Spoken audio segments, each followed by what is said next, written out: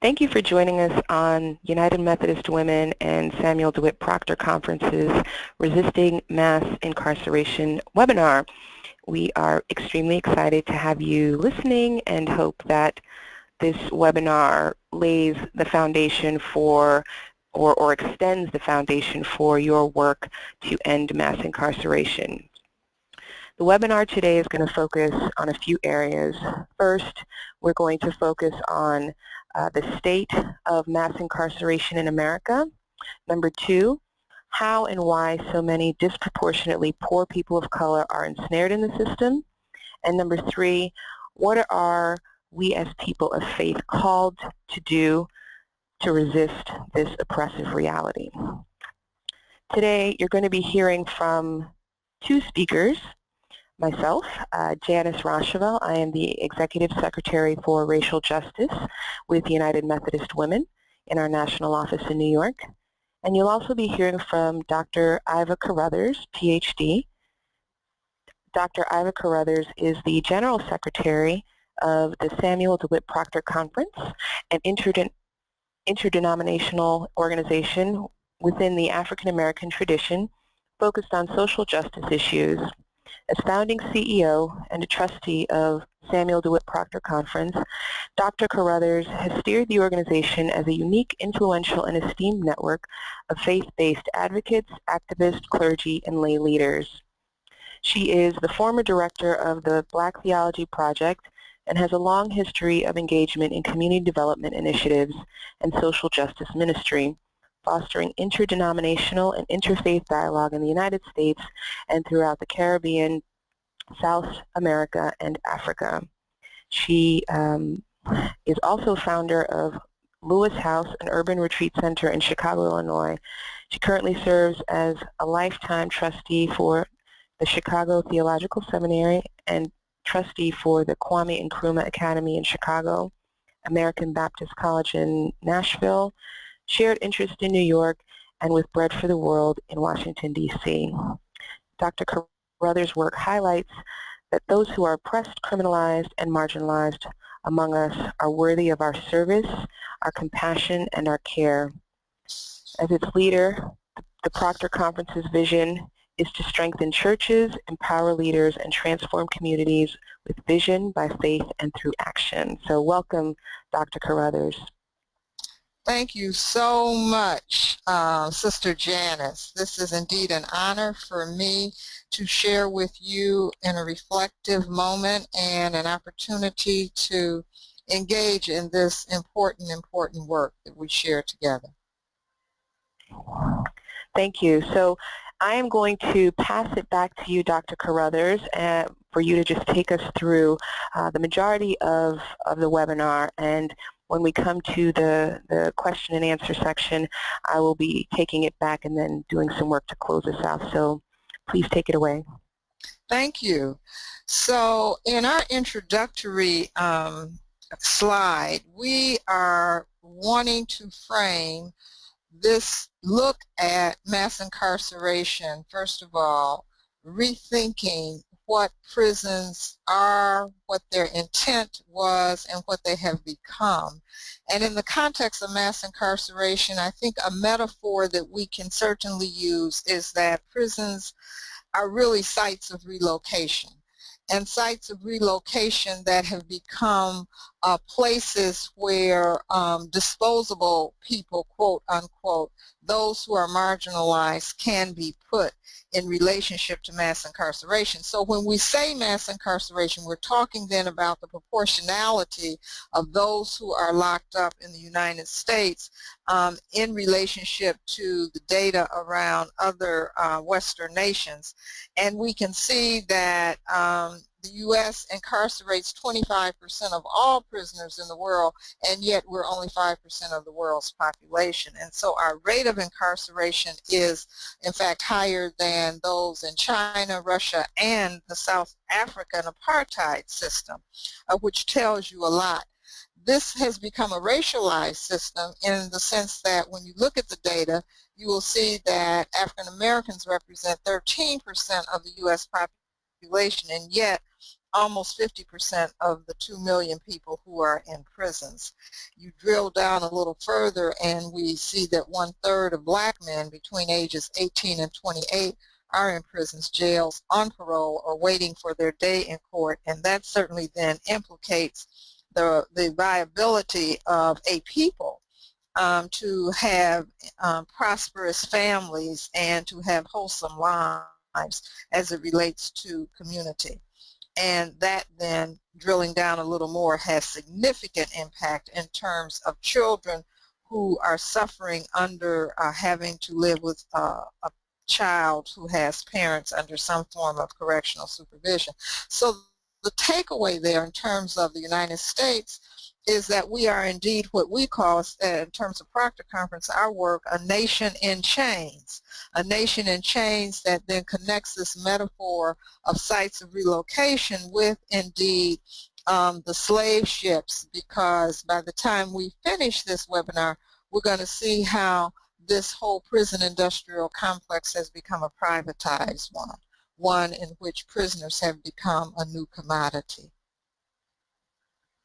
So if we then go to the next slide and we want to get even a more clearer look at some of the ways in which you can characterize those who are in prison, we should understand that there is a person behind bars, but behind that person are multiple people who represent children, family members, and so forth. But we also need to know that that person behind bars also carries, often when they leave, a supervision relationship, so that the 2 million that are in prison really are equated to 9 million people who are presently incarcerated or who are in some ways under current supervision. Quite an astounding number. When we look at that data, we see that over 500,000 of the persons who are incarcerated could be in the category of either awaiting their day in court. That becomes very significant when you look at that in terms of youth detention, related to immigration, which becomes totally correlated with the conversations around immigration and detention, as well as juveniles. Additionally, there's almost another 500,000 of persons who are incarcerated for non-violent drugs. And we see 400,000 plus or minus of elderly people, people who are over or 50 and above. What that suggests then is that we have very marginalized persons who are incarcerated, but more importantly, it raises the question, is that the most efficient system and approach? And of course, from a faith perspective, we would certainly argue that that is not the case, that the punitive paradigm is not the appropriate paradigm for many of these communities to be incarcerated, but rather that we need to create communities of compassion and care. And that will particularly become very clear when we look at what does it mean to have so many of our juveniles in the system of incarceration. That then brings us to raising the question of what life chances are in relationship of imprisonment. And so on our next slide, we wanted to be able to see the disparities of life chances in terms of the likelihood of imprisonment. When we look at that data, again, it is astounding when you correlate it with race. So that whereas 1 in 17 white men are likely to be in prison, that number drops to 1 in 3 for black men and 1 in 6 for Hispanic men. And we certainly cannot ignore the fact that one of the fastest growing cohorts of people in prison are women. We know the impact it has on families, and so the data of disparity is revealed in terms of white women as 1 in 111, and black women as 1 in 18, and Latina women 1 in 45. Of course, I think the operative word here we want to think about is how the likelihood of imprisonment is really a statement about one's overall life chances to have a whole life in terms of participation in the blessings of the United States community. Certainly, the war on drugs, which was ushered in over 40 years ago, is largely attributed to this likelihood of imprisonment. And so when we go to the next slide, we see here the number of people in prisons and jails for drug offenses. In 33 years, we see that those numbers went in 1980 from 41,000 persons to over 500,000 by year 2013. Phenomenal growth. The disparity once again is revealed behind these numbers in that 14% of African Americans, that African Americans are 14% of the users, and yet they are 37% of those arrested for drug offenses. And that number even gets higher when you look at those then who are incarcerated. That number rises to 56% of those incarcerated. So the point is that African Americans as a community are not any greater in terms of proportionality of use of drugs or drug offenses, but they are in fact far more likely to be arrested and even far more likely to be incarcerated.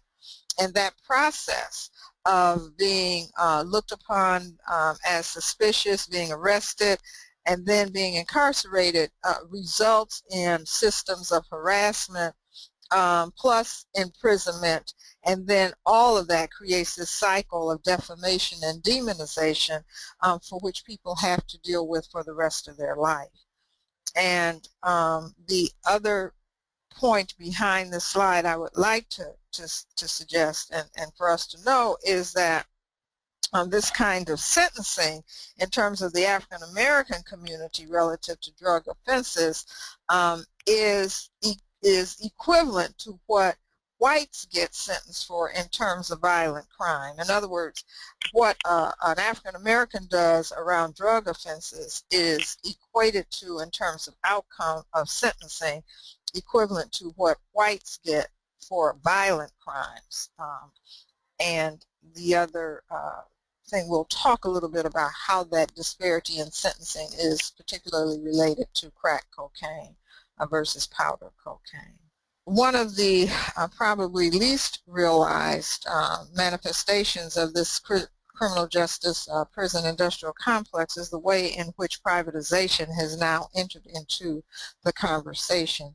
This slide here, where prisoners are guaranteed, fast forwards us to a whole nother context of raising issues of faith, challenging how we see our moral agency relative to what it means to once again commodify those who a society feels should be in prison. This commodification, as I call it, obviously is undergirded by principles of greed. And so during this period of mass incarceration, the emergence of a prison industrial complex, one that now represents billions of dollars of revenue, one that represents an industry of the New York Stock Exchange, is very clearly embedded in the United States economy. So when we look at this map, we see that largely it is correlated with those communities we might call the Black Belt, where the significant number of people of color are. We certainly can see, therefore, how private prisons, now that you are under the care of privatized ownership, would impact very differently on a deeper kind of disintegration of families because there is a lack of public oversight, et cetera, et cetera. We're looking at three companies here whose revenues have approached $35 billion in the last decade, growing at a 10% growth rate. And to make this very pragmatic and very practical, for example, they've created a whole set of economic industries underneath it. Just let's talk about telephone companies, where they control the telephone companies that allow prisoners to be in touch with their family members. And that industry has caused for 15 million calls that are at $17 for a 15-minute call. Now the FCC most recently, largely because of some of the advocacy we have done collectively, has at least capped the cost of those calls at 25 cents a minute. But certainly for those people who are at least able to afford the capacity to call home, you've once again now inserted and interrupted the possibility for rehabilitation and relationships being sustained in terms of family between those who are imprisoned and their loved ones. Not at all a good sign. Now, obviously, we see the racial disparity throughout this entire system, but I'm not in any way trying to suggest that there are not black beneficiaries of this system, and so it's important for us to just make a footnote so that, for one example, we're quite stunned to see that the son of Supreme Court Justice Thurgood Marshall happens to serve or did serve on the board of one of these companies. It was Nelson Mandela, I believe, who raised the question. As you know, Nelson Mandela spent 27 years in prison and came out and later became the president of South Africa. But one of the quotes I love by Nelson Mandela introduces my view about this next slide, when he says, if you really want to see the soul of a nation, go into its prisons. And when we look at the soul of America in terms of juvenile justice, we have to feel something. The data shows that per 100,000 youth, whereas the other Western countries go from 0.1, such as Japan, 4.1 to Sweden. The U.S., on the other hand, that number is 336 per 100,000. Astounding. You compare that to what it costs to detain a youth, somewhere on average between $66,000 and $88,000 per year, which we know can get you a college education. That to keep a youth in detention versus public schools in which the per capita may be $6,000 to $8,000 per year. So if we use the barometer of President Mandela, we will see that from an objective point of view, it is clear that we seem to value more of an incarcerated approach to our children than one of education. We have a slide here, or a second part of that slide, which will give you a little more look at how those numbers are trending, and we certainly hope to see that number to continue to decline in terms of the way in which we are addressing youth detention and youth behavior. Obviously, critical to family prosperity and sustainability is the role of women. And so over this period of 40 years, we also see the increased numbers of women being incarcerated in state and federal prisons at an alarming rate. And we see that when we look at that data, right now it is tending to trend down. That is the good news, but we certainly have a long way to go. When we look at the data in terms of those who are in state and federal prison, totaling about 104,000, we should understand that we have 1 million plus, however, on probation, which represents about 23% of the total population that is on probation. Secondly, we should think about the implications of 6% of those women who are in prison go in prison as pregnant, and that in 2013, shackling of women in birthing is still quite prevalent. There are only 18 states that have legislation that forbids the shackling of women when they're delivering their children. 2/3 of women then in state prison are mothers of a minor child, and so that means that the children on the outside are having to grapple with all of the implications of saying that their mothers are incarcerated. So the way in which women get in prison becomes another correlation to the war on drugs, and by that I mean that many of the women in prison are in prison because of their relationships to either persons who were engaged in drugs or in some way have been a part of the use of illicit drugs, and in relationship to a significant other who was engaged in the use of drugs. Wow, we all know as we've done this work that, and as we've looked in this nation in terms of some of the hot button issues, that the issue of immigration is at the forefront. And the notion of border control is one that is a political hot button. And so there is a parallel conversation of necessity that is going on around immigrants and incarceration. This umbrella tent idea, I think, can be categorized around a notion of what in Europe they call securitization, issues of security, slash the United States as well, safety. In other words, what does the society need to do to protect itself from immigrants who bring and who are here illegally?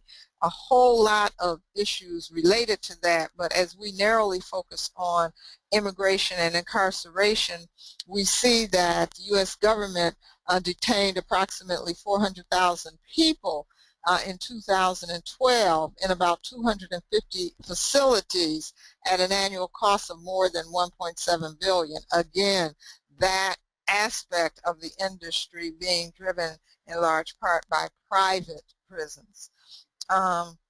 For many, it reflects false and certainly protracted detention that is destroying families. It is intricately wedded to labor exploitation and the terror and the fear that many persons who are discernibly characterized as immigrants are up against as they are subject to what it might mean for them or their loved ones to be subject to some kind of search if they do not comply with the wishes of others. And so this whole issue of border protection and border control and immigration is very much wedded to the ways in which mass incarceration is occurring in this country and the ways in which immigrants are demonized as a part of this conversation.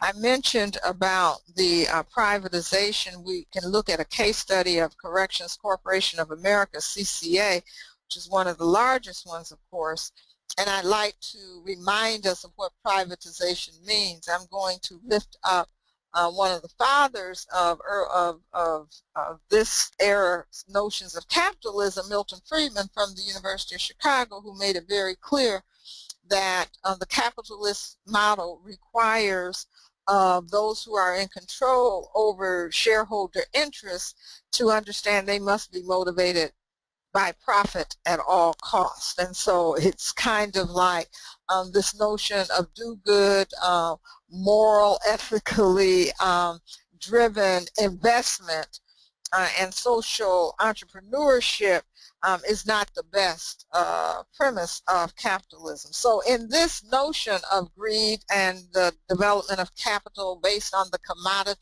commodity being prisoners, several companies, CCA and GEO, those two alone have had close to $3 billion annual income. That's then being driven by, obviously, supply and demand. It's being driven by a lack of control and accountability. And unfortunately, it is now taking on a global reach, so that these are now global corporations who are engaging in financial benefit.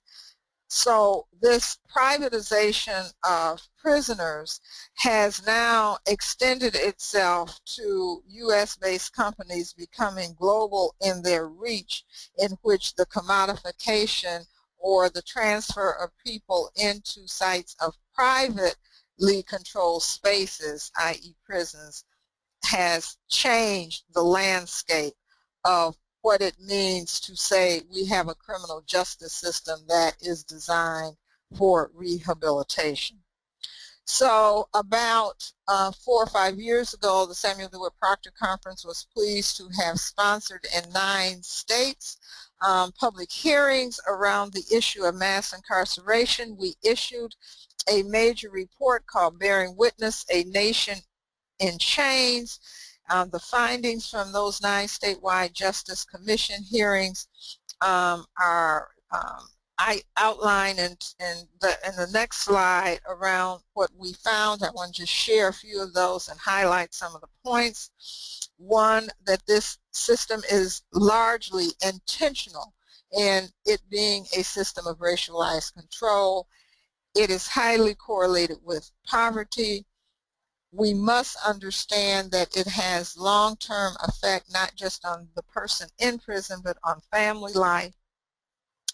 When we look at it, we see collateral consequences that relate far beyond just being in prison, that have to do with access to food, to housing, to jobs, those things we would consider to be basic human rights. We see great questions of concern in terms of how do you interrupt the school-to-prison pipeline that is driven by a system which seems to value incarceration of youth over education of youth.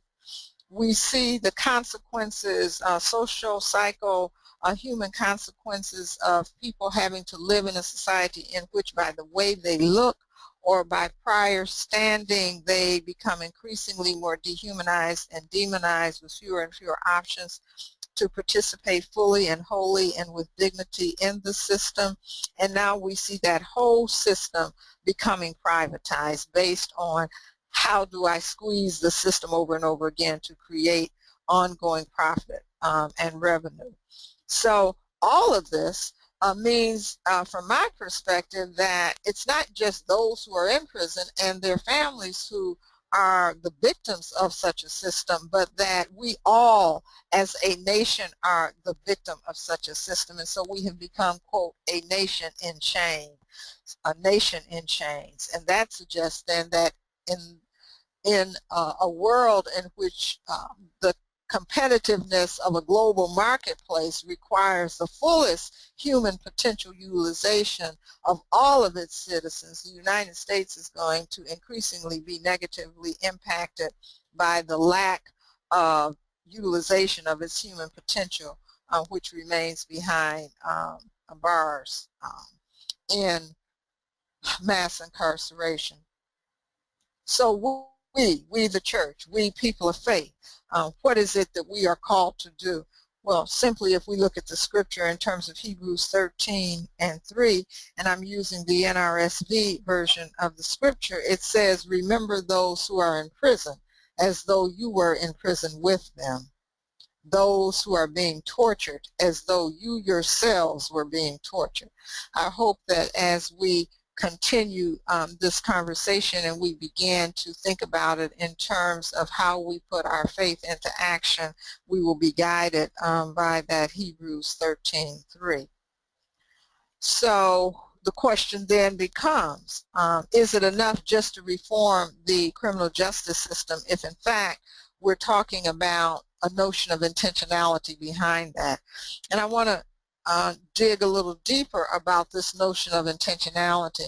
If we go back and look at the civil rights era and the ushering in of the civil rights era and the consequences in part of what was in the 60s a lot of urban unrest, we will see that in 1971, President Nixon made a framing of what the problem was that I think is foundational to our understanding of the growth of mass incarceration. Quote, "You have to face the fact that the whole problem is really the blacks. The key is to devise a system that recognizes this while not appearing to." It was in that backdrop that the war on drugs was ushered in. And so over a 40-plus year period, we now have the consequences that we are all grappling with of a politically declared public policy called the war on drugs that has now generated $1 trillion of our tax dollars being used to fight, quote, this war on drugs. We see that 45 million plus people have been arrested, and what we've gotten out of it is little to no impact in terms of the sale and the use of drugs. And so it has been a complete failure as a national program. The phenomenal work of Michelle Alexander in her now classic book, The New Jim Crow, Mass Incarceration in the Age of Color Blindness, then was a book that entered into the conversation, reiterating and synthesizing much of what many people lived and understood, and other scholars have also articulated. And she points out that the criminal justice system is no more than a reinvented system of racial control, and that mass incarceration then has manifested itself as a new racial caste system at work. So, quote, "Since the nation's founding, African Americans repeatedly have been controlled through institutions such as slavery and then Jim Crow, which appear to die but then are reborn in a new form, tailored for the needs and constraints of that time." And she argues, therefore, that the new criminal justice system, or mass incarceration, is more than a symptom of poverty or poor chances, but rather it is evidence of a new racial system, a new racial caste system at work. Mass incarceration is designed to warehouse a population deemed disposable, unnecessary to the functioning of the new global economy, while earlier systems of control were designed to exploit and control black labor. And so the question of reform of the criminal justice system is very different than transforming the criminal justice system. I have a colleague who talks about what it means for America at this historic moment to deal with racial healing. And she makes the point that it's not about reforming the system. We really need to reconstitute the system, because when you look at the constitutional premises around which the system was created in the first place, at the core of it was racism and white supremacy. So it's not about reform, it's about reconstitution. It's not about reform, it's about transforming. It's not about changing who gets to sit at the table. It's actually about changing the table itself. And as a church, then we are called to create models of compassion, models of care, models of restoration, models of rehabilitation that we might see as a way to reduce the harm that has been done.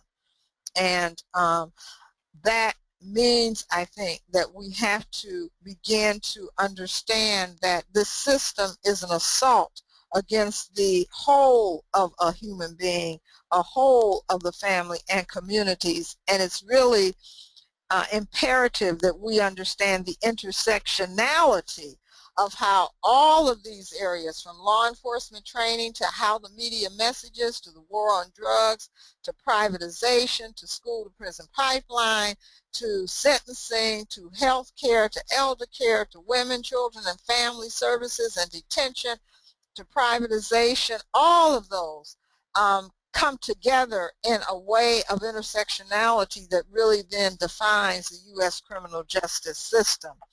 And so when young people are voicing their opinion that hashtag Black Lives Matter, they are not just saying, look at my humanity, Black Lives Matter. They're also saying, America, look at your own humanity, and do you have any? If you can allow this kind of intersectionality to destroy the human dignity and human personalities and what it means to be human, and access to the basic values and benefits of being human to a group of people who are most marginalized. And so now we come to hearing some of those questions from the field, so to speak, that we hear over and over again as we think about this. So Janice, I would invite you to join in this conversation. Thank you. Thank you so much, Dr. Carruthers, for that really amazing and in-depth, really critical overview of how we got to where we are. How did we, as a nation, come to have so many millions of people and their loved ones also incarcerated? So I wanted to just take us through some frequently asked questions just to deepen our listeners' understanding.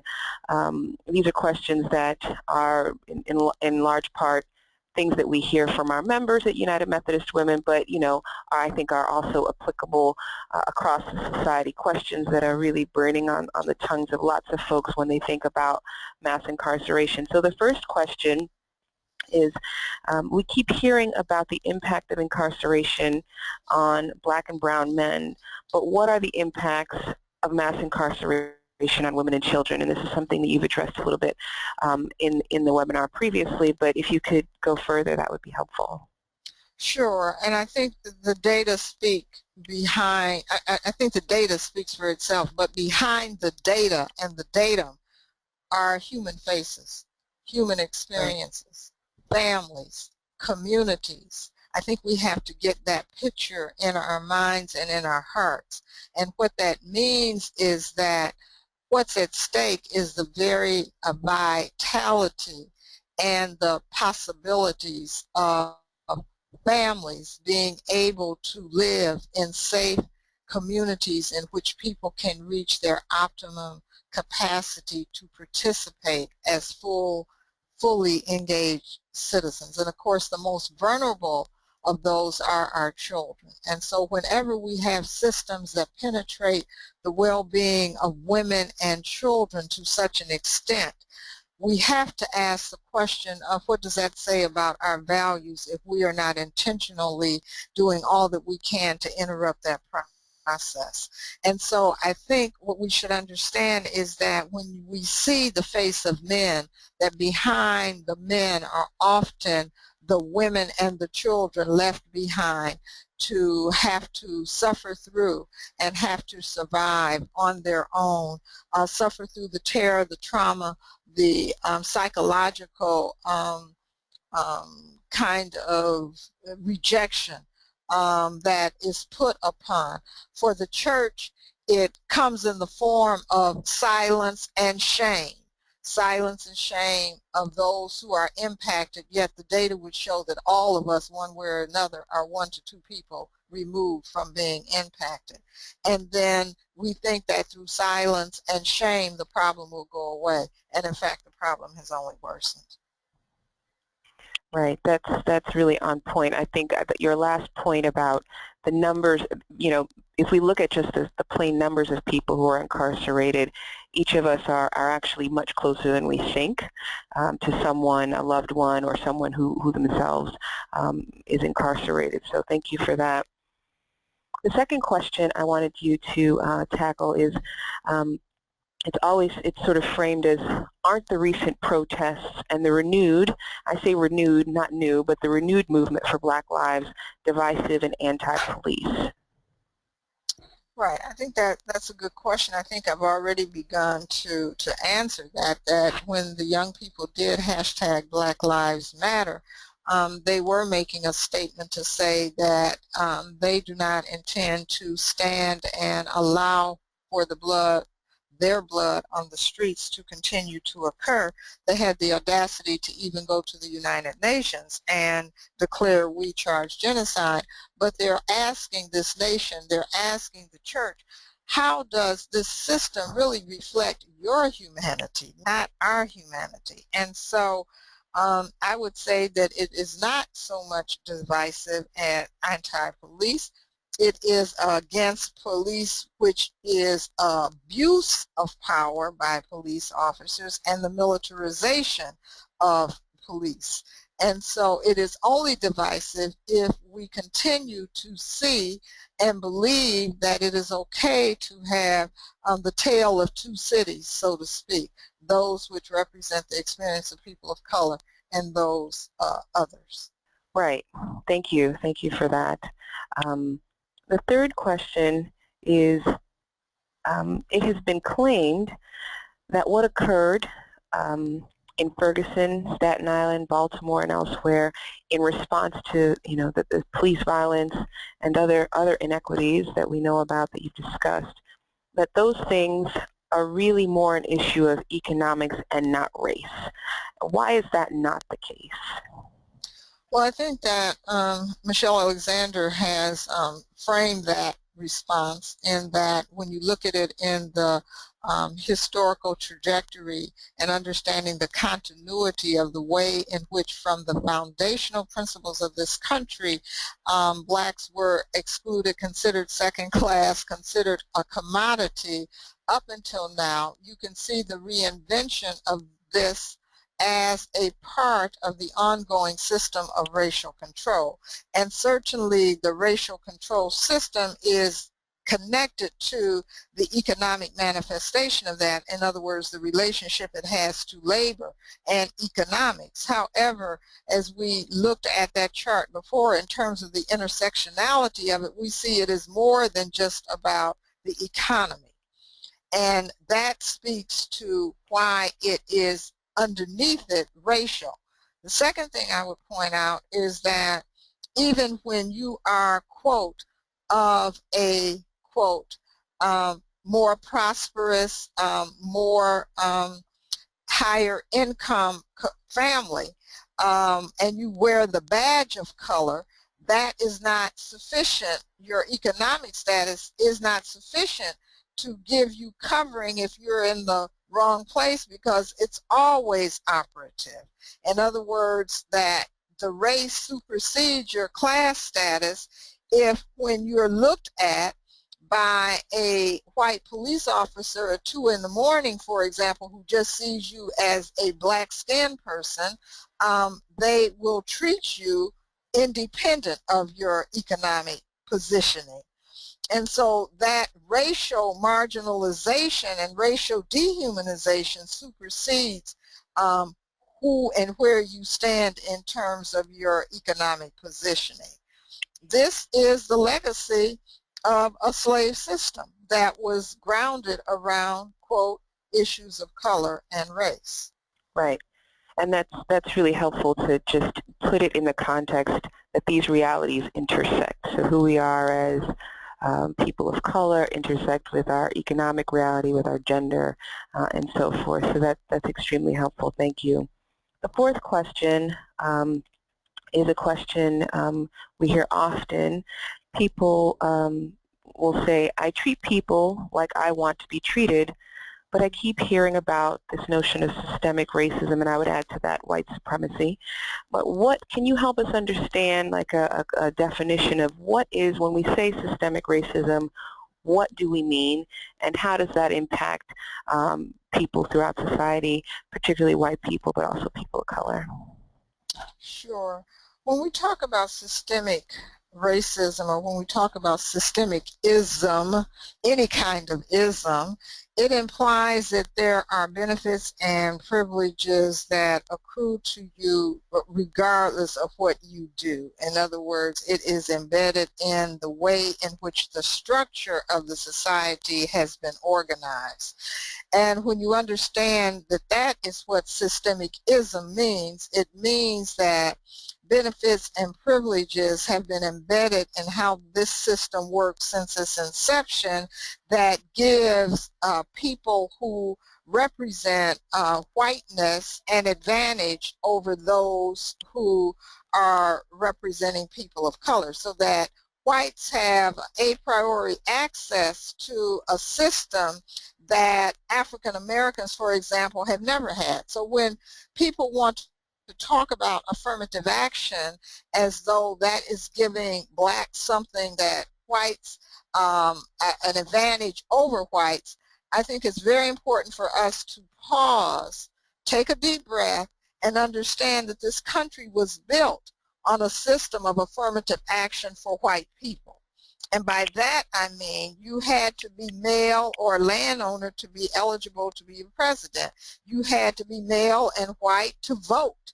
You had to be male and white to get jobs. And so you see the emergence of both white supremacy relative to white-skinnedness, but also the development of patriarchal systems, another kind of ism for which feminism and womanism would revolt. You also look fast forward to post-World War II, and you will find, just for example, that if you were white, you were eligible to get FHA loans, you were eligible to go to college, you had veteran entitlements, you had entitlements from the federal government, you had access to the suburbs where the growth was going on, and that allowed your great-grandmother or grandfather to accumulate and buy the most prized possession of an asset in this nation, which is a house. The benefits of that have generational, intergenerational impact to accumulate wealth and to pass it on, all because your mortgage application hit the desk of the bank. You weren't denied because there was redlining. And so the privilege has accrued as a function of you just being who you are in relationship to other people being punished for just being who they are. And those are just the material benefits that I have outlined, for example. But the untold consequence of the psychosocial damage, privilege versus disempowerment, can never be equated to material value. In other words, to have to live multi-generations in a bubble in which psychosocial damage of being a person of color who is denied basic privileges has an overwhelming multiplicity of consequences, both internal damage about how one feels about oneself and one's life chances, and external damage about how others feel about their life chances and their superiority. And so the entire wellness of individuals and wellness of the society is at stake, as we saw in this episodic moment of 9 people dying in Emmanuel AME Church as a result of racial terror, of one person against 9, but really representing the systemic nature of a system of white supremacy and racism against people of color. Right. So that's extremely helpful. I think it's really fitting for folks to understand that when we talk about how systemic racism works, it's, as you say, it's a system that, the system was founded on white supremacy, but it's also self-perpetuating, so that, folks don't need to sort of have racial animus in their hearts for the system to keep working effectively to the benefit of white people and to the disempowerment and harm of people of color. So that's extremely helpful. The 5th question is, what can I being me, but also everyone in the world, do to begin to undo systemic racism and stop the mass criminalization of communities of color? And here I would emphasize, too, as you have mostly poor communities of color. Well, I certainly think it begins with each of us looking in the mirror. And we need to wake up, look in the mirror, and understand this is both a mind and a heart process.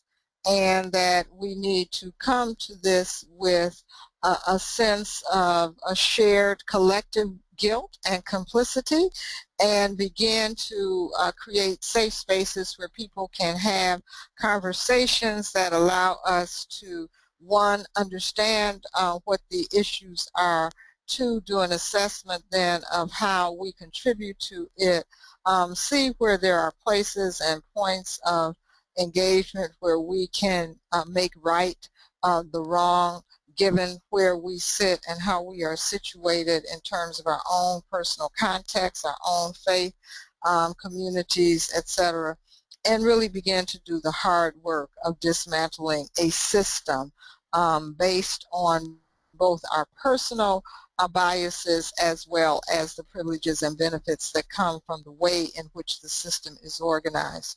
The Samuel DeWitt Proctor Conference is organized to do its work then in relationship to this in three ways. We focus on education, advocacy, and activism. That means providing the resources that help inform the faith community so that the kind of activity we've gone through with this webinar is a way of helping to get information in the hands of people. We know that knowledge is power. We create opportunity for advocacy where people can take that knowledge and find places, spaces, and opportunity to engage with others who are trying to do what they can to reform and transform the system. And then in terms of activism, we not only want that action to be related to public policy, but also to create competing narratives, competing models of success that shows how we can actually create a different worldview, a different world order, a different way in which we treat one another. And I think that those are the things that will ultimately drive our capacity to change. Most recently, I've been struggling theologically and in terms of expression, I'm looking at the system of what I call the result of it being spiritual lockdown. In other words, this nation has become enchained by our inability to hear the word of God calling us to be a different kind of beloved community. And we need to create ways in which we find that our heart and hearts who have allowed us to become so comfortable with the anonymity that the social media world has given us, with the lack of engagement, so that we can, as Hebrews has asked us to do, see ourselves in other people's experiences so that we can remove ourselves from personal processes of othering that allow us to create, using my African cultural context, communities of Ubuntu, which Bishop Tutu has defined as my capacity to see my humanity only through my capacity to see humanity in you. Awesome. Thank you so much. Those things that you laid out that the Samuel DeWitt Proctor Conference does are extremely helpful and concrete. What I'm going to do now is turn it back to you to give us some of the summary recommendations that you have through your work developed for faith communities. And then once you've done that and given us a call to action, I will close us out. So I'll turn it back to you. Well, great, thank you. So I am pleased again that this Bearing Witness, A Nation in Chains report, we did identify some very specific recommendations for the faith community at the large scale level, and it really just suggests that we all need to engage in the kind of teaching, the kind of preaching, the kind of outreach ministries of support, the kind of personal offering of ourselves to those who are othered in an intentional way to create a fundamental shift of one from creating punitive models of criminal justice, quote, or as some would say, of course, criminal injustice, to more welcoming, healing, and compassionate models for care. We talk about the notion of harm reduction in relationship to this war on drugs. What does it mean to not look at drug addiction as a criminal justice issue, with drug addiction as a health issue. I like to expand that concept to talk about harm reduction, meaning that the church is called to create circles of protection in which understanding that vulnerable people need to be protected by the moral authority and moral agency of the church to be able to create a different kind of worldview, a different kind of paradigm in terms of how we approach problem solving.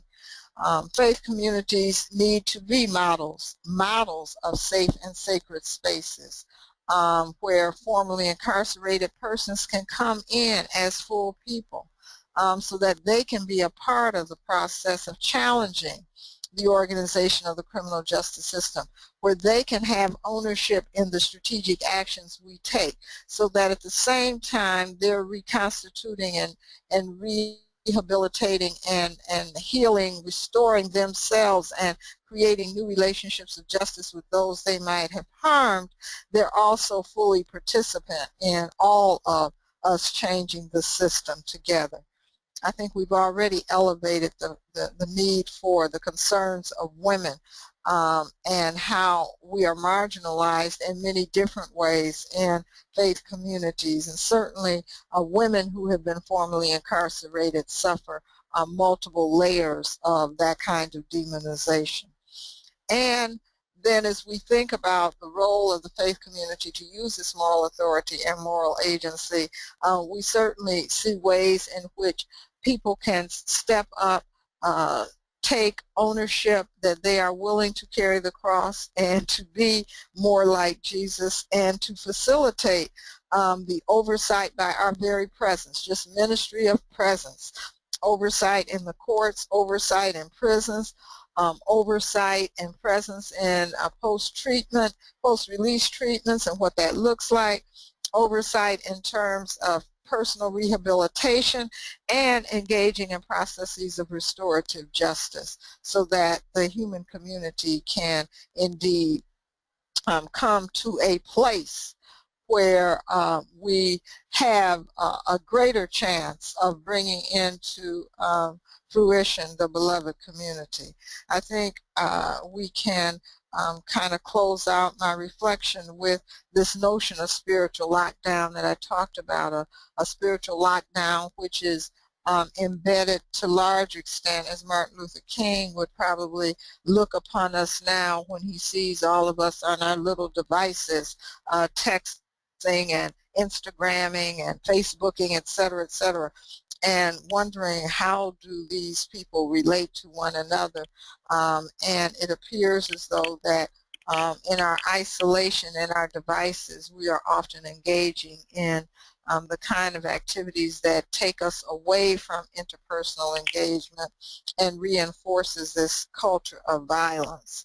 And so what the prophetic word of Martin Luther King is that this country would soon come to realize that it would need a revolution of values, and that revolution of values would be driven by a need to understand that to take and to continue to exploit and to commodify and to profiteer without concern for social betterment of our country as well as other countries, contrary to the Milton Friedman model of capitalism, will only destroy us. And so he called for what he said was us to lay hands on the world order that would bring about a true revolution of values, and said to us that a nation that continues year after year to spend more money on military defense, in other words, on a culture of violence, than on programs of social uplift, is approaching spiritual death.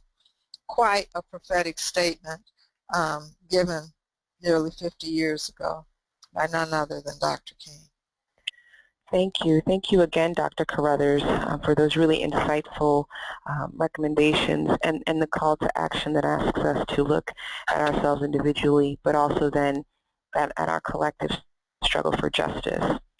I would like to point folks who are listening to the webinar towards some of United Methodist Women's longtime partners on the resources page. Of course, these are all links toward websites that people can access to really take their work to end mass incarceration to a new level. Of course, the Samuel DeWitt Proctor Conference is a place that people can go to access information and details about their work, but also what is the call to action as people of faith. You can also take a look at United Methodist Women's Racial Justice page and the entire website. We also have partners working on immigrant justice explicitly as a racial justice issue, and working on immigration and incarceration as an issue of race, and that would be the National Network for Immigrant and Refugee Rights and the Black Alliance for Just Immigration. A lot of the materials that were contained in this webinar come from really excellent resources of the Sentencing Project. We also do a lot of work with a group called Showing Up for Racial Justice, whose explicit aim is to organize white people for racial justice. We also have the work of the Detention Watch Network that looks at how immigrant detention is part of this broader constellation of mass incarceration. And lastly, we partner with the National Religious Campaign Against Torture, who works on a range of issues around incarceration, especially solitary confinement and detention and deportation of immigrants. So I would point people in the direction of those resources. These are, again, longtime allies of United Methodist Women and will be some of our key partners in our upcoming and ongoing work to end mass incarceration. So I want to just say a very big and heartfelt thank you to you, Dr. Carruthers, for your awesome work in general and the work that you've spent with us today talking about what does it mean to understand mass incarceration with greater depth, but also from the lens and from the heart of people who are called to action through our faith journey. I want to say thank you to the people who have listened, and I want to just direct you to the United Methodist Women's website.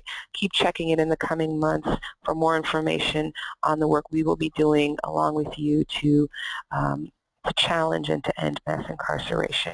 And on behalf of the Proctor Conference, I want to express my appreciation to the United Methodist Women, to the United Methodist Church for all that you do and have done to continue to bring this issue to the forefront of the nation. We're delighted to work with different persons within your denomination in powerful ways that we know collectively we are making a difference. Thank you so much. Thank you.